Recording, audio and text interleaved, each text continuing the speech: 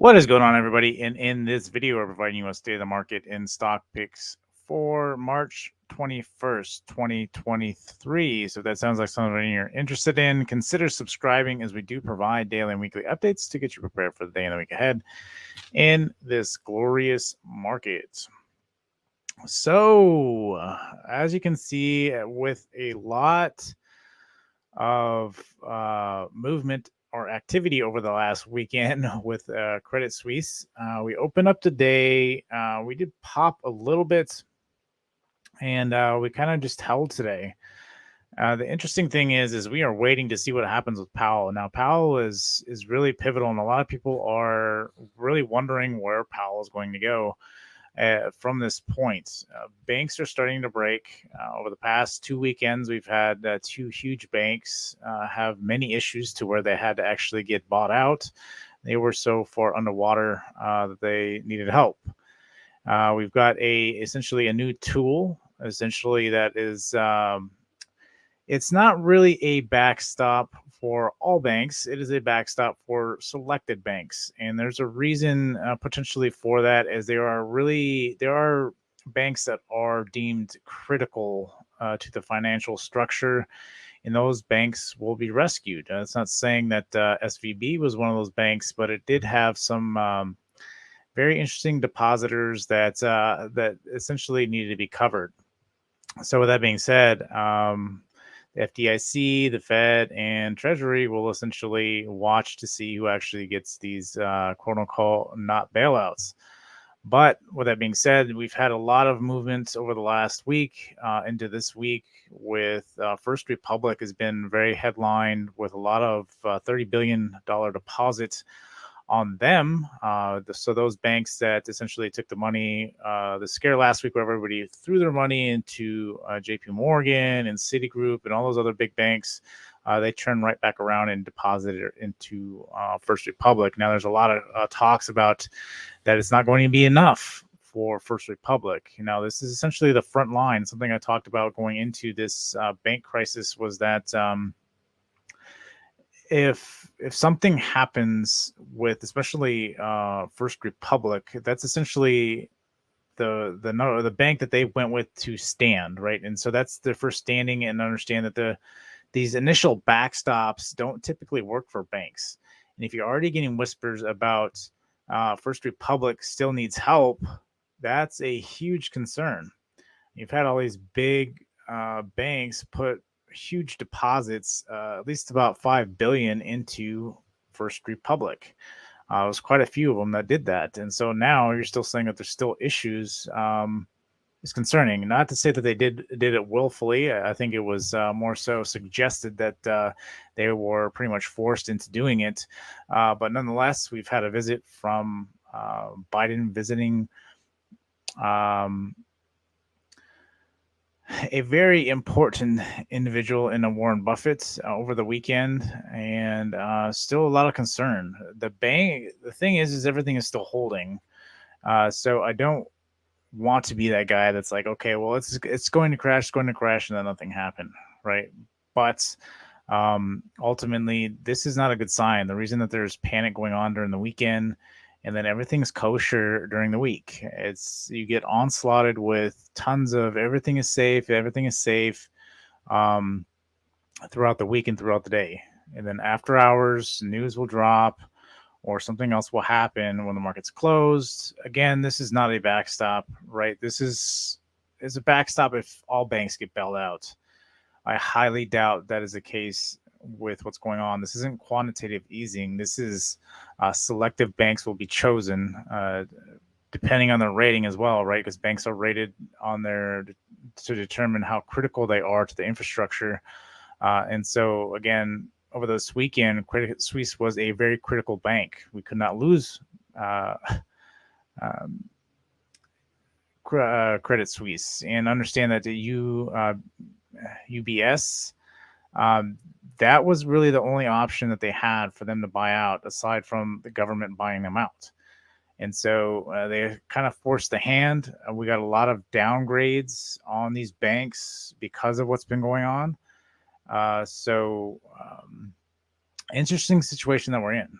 and the market really isn't moving because it's not really sure what to do, right? The investors are waiting to see what Powell's next move is, and that will come on Wednesday at 2 p.m. Eastern Standard Time. You're going to get the rates, and then you're going to get Powell's essentially his commentary and filling questions at 2:30 Eastern Standard Time. So that is going to be critical. I don't believe we're going to 50. That is, unless Powell just absolutely wants absolute destruction, will he go 50? That's a guaranteed crash if he goes 50. 25-point base, I think, is necessary only because I think what he's done is he is greasing the skids to get some more banks to give up in his fight of inflation. And in doing so, if you can get a couple more banks to bust, that's going to cause inflation. And then you can support the critical banks that need it in case it does get too much out of hand. Because again, you got to remember that there's no, again, we don't have another monetary policy meeting until May. And so you got 2 months. I would at least do 25 to cover. It's not saying he will. He may hold off until May. I think that's really doubtful considering that inflation is still sitting at 6%. The core inflation is. And so with that being said, we have to see what he's doing. And that's what the market's kind of doing. I don't think the market is really digested what's going on with the critical banks, because again, you have to understand that it all seems like everything is fine and dandy and this is quantitative easing. It's not quantitative easing, again, because and Yellen made this clear in her testimony last week that they weren't backing all banks. There's one particular senator that was on there. I don't remember where he was from, but he was concerned about his regional banks in his state. And she was like, well, it's not really that concerning because it's selective. I guess it might have even been just between the Fed and the FDIC who gets selected for whatever this is, right? This help or what is not a backstop. So I think that's rightfully needed because I don't think they have enough resources to cover everybody. And that being said, we had a ton of money get liquidated last week, which a lot of people are thinking, well, that's quantitative easing because they started dipping into this money last week. The yield curve is starting to correct itself, but the thing is right, this is stillness before the storm, right? Like we are in the final act of this whole thing acting out. And if we just need to let the bank crash happen. The bank crash is happening because I think it's going to be multiple banks. It's not going to be, I don't believe you might get some of the bigger banks, but I don't think you're going to crack the top 5, right? I don't think that's going to happen. I think they got plenty enough backstop there. And again, critical banks are going to get it. Now, if there's a bunch at one time, well, that's a different story, right? And that's the concern, is that what if a bunch of banks bust? But that is, I think, highly dependent on Powell's next move. If it goes 25, you're guaranteed to get some banks. And I think that's why he wants to go 25, to get at least some of the banks. That way he can potentially start cutting rates, right? We need a bigger catalyst. This is what people, I think, are failing to understand, is that you need something to be so bad that Powell's going to cut rates. Like, things aren't bad enough for Powell to cut rates, right? I can understand if we continue to just hold rates, you're going to get some more bank failures, but it's going to take longer. Or if you just increase it to 25 more point basis move, then you can get some more banks failing quicker, and then you can start your quantitative easing a lot faster. You can start laying off rates, because then all these banks that go under, right, you're getting rid of a lot of the money supply, and so that helps. Because a lot of these banks, they're losing billions if they fail, right? And so with that being said, this is what could help the deflation in a massive way. But again, do you just hold rates and slowly let this thing drip out, or do you just cut them off at the knees and you put a 25-point basis move and then start to see a lot more banks break?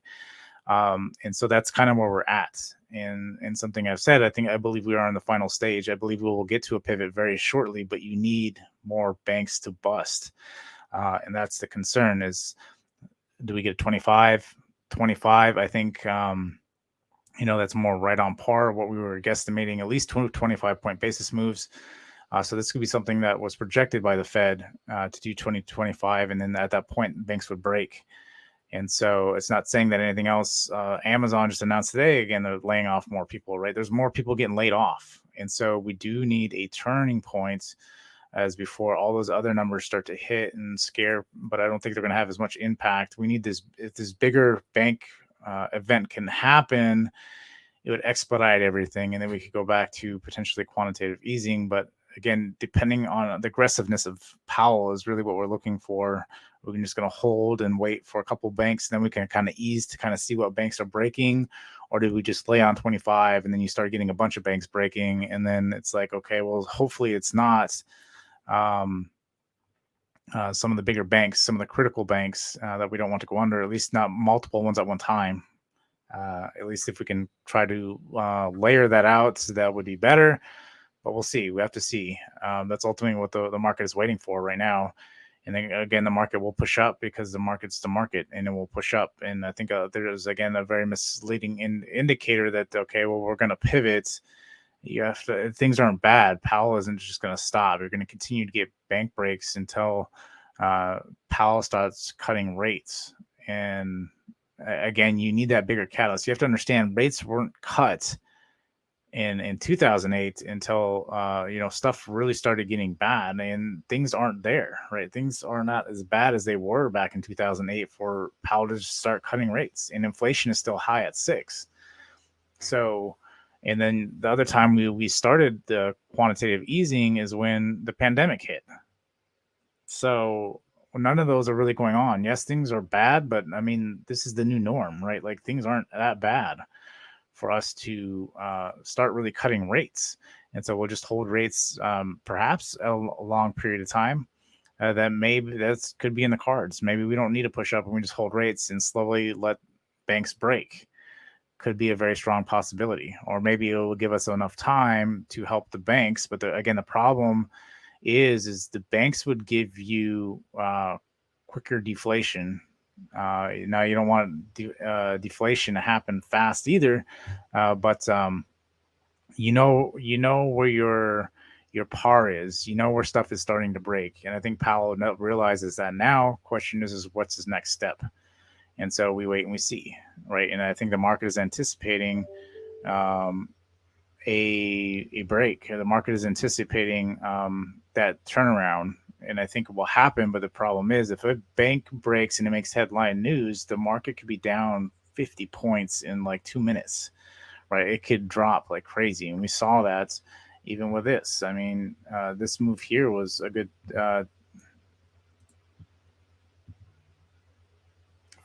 20 points or 40 points here. And I understand that could happen very quickly. All you need is some news to drop, and then it changes.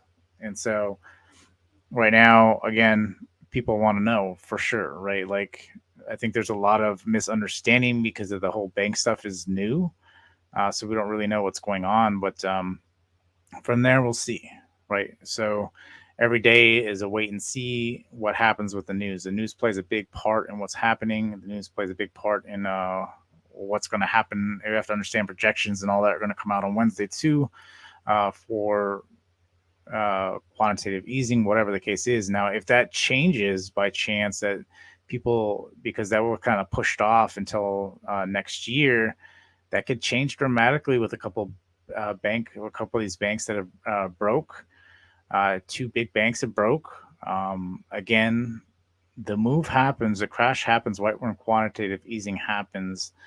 And so that's when a lot of the realization of what the reality situation kicks in. So things are bad. We don't know how bad exactly, again, because there's a different, there's just, again,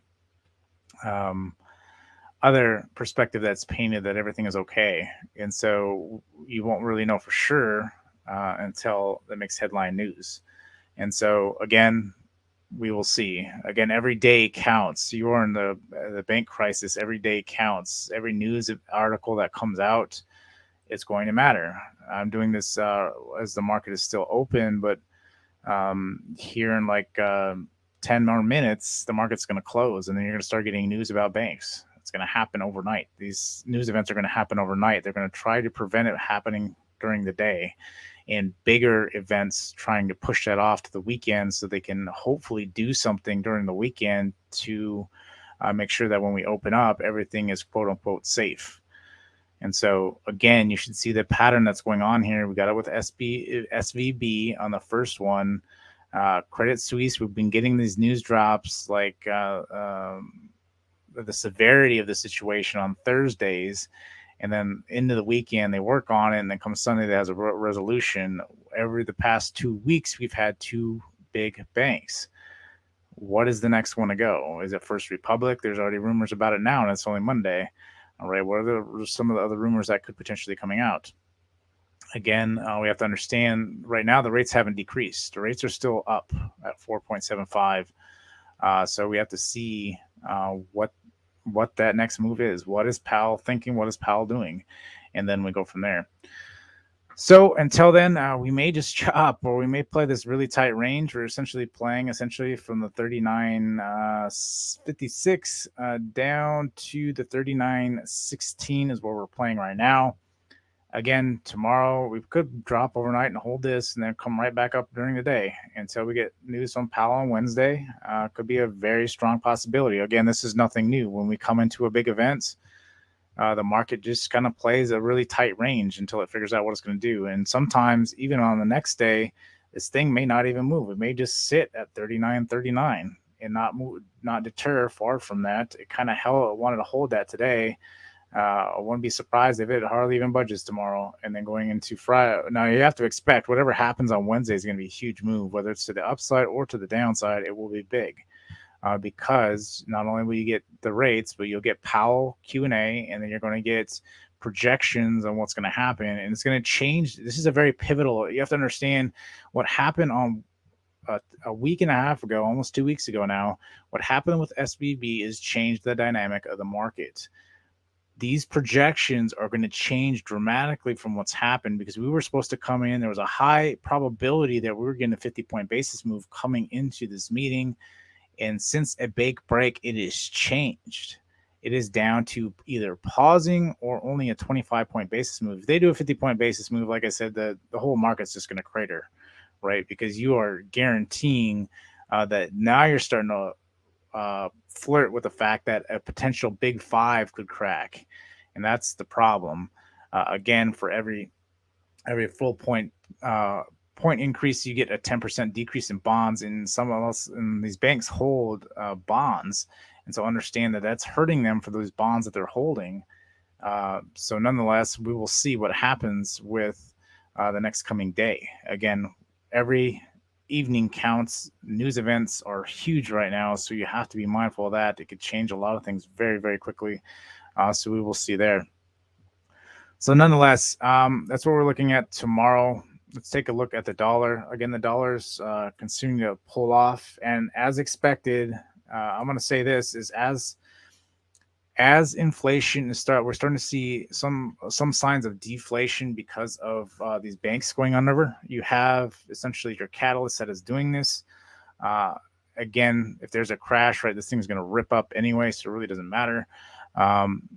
But nonetheless, if that does happen, we can't count 100% on that happening. But again, the situation between now and 2008, I'm not talking about charts.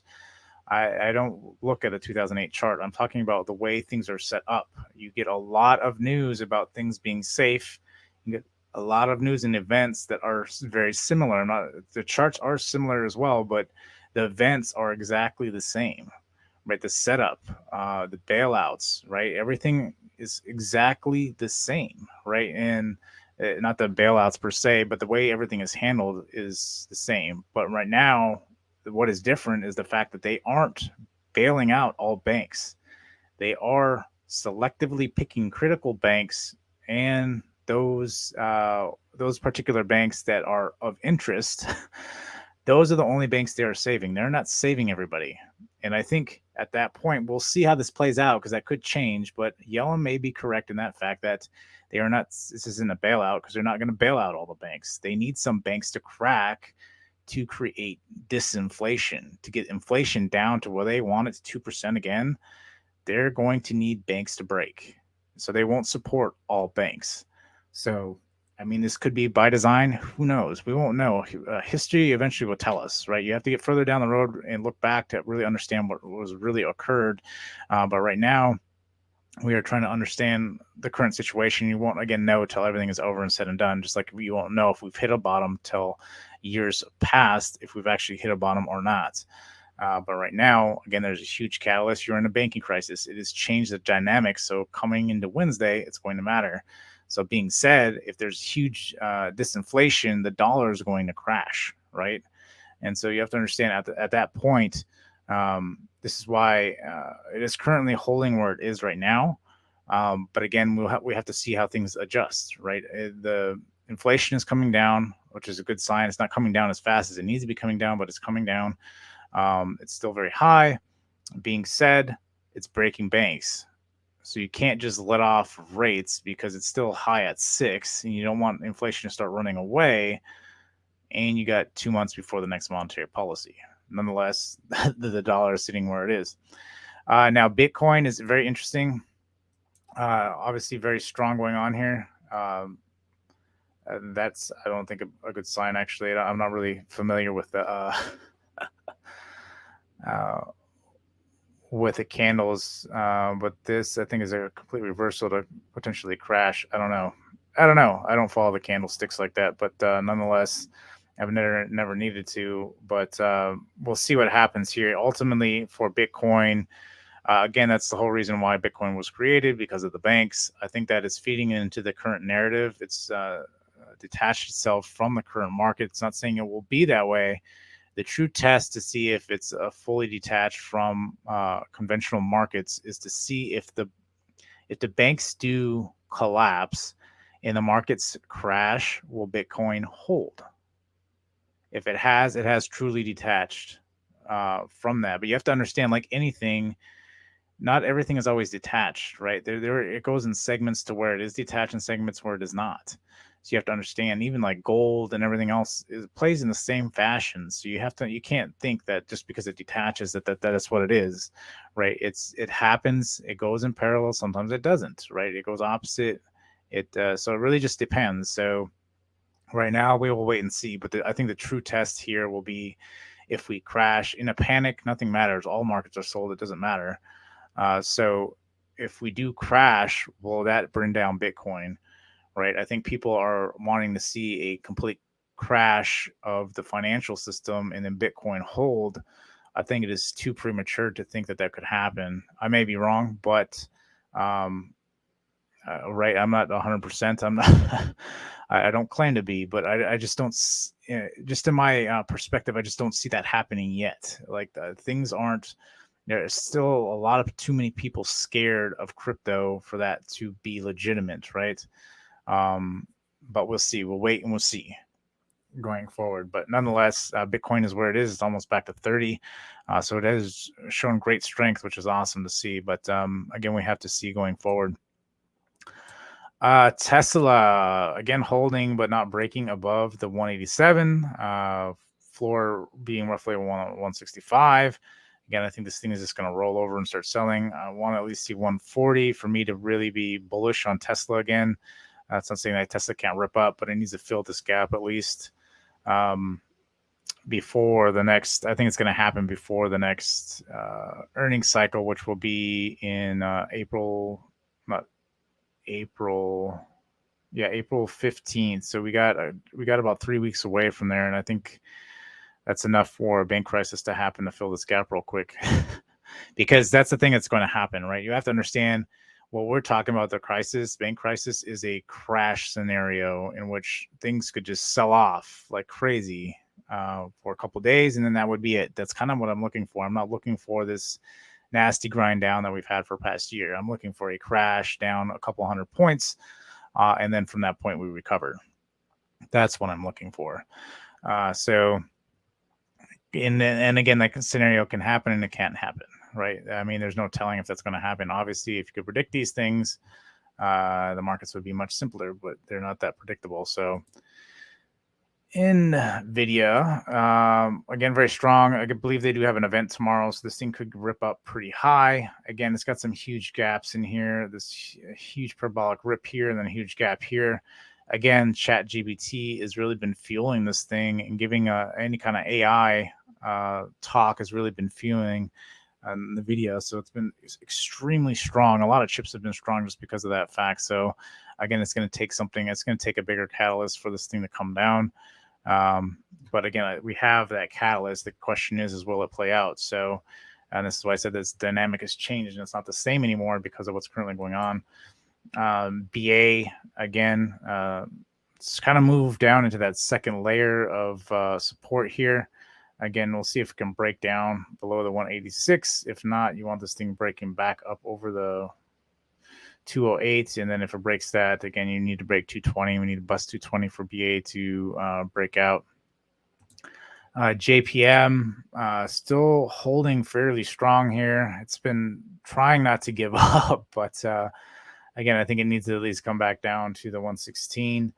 But we'll see if a lot of banks start giving out. We'll have to see there. Goldman Sachs, again, all the other banks have been pretty ripped up pretty bad, and they filled these over these huge rips here, right? And I'm at a loss of words right now, so I apologize. But these huge parabolic rips, right? They need to be back tested. You can't have these like this, and you normally get a massive move down, just like you did up eventually, right? And it took us a while, but we eventually got there.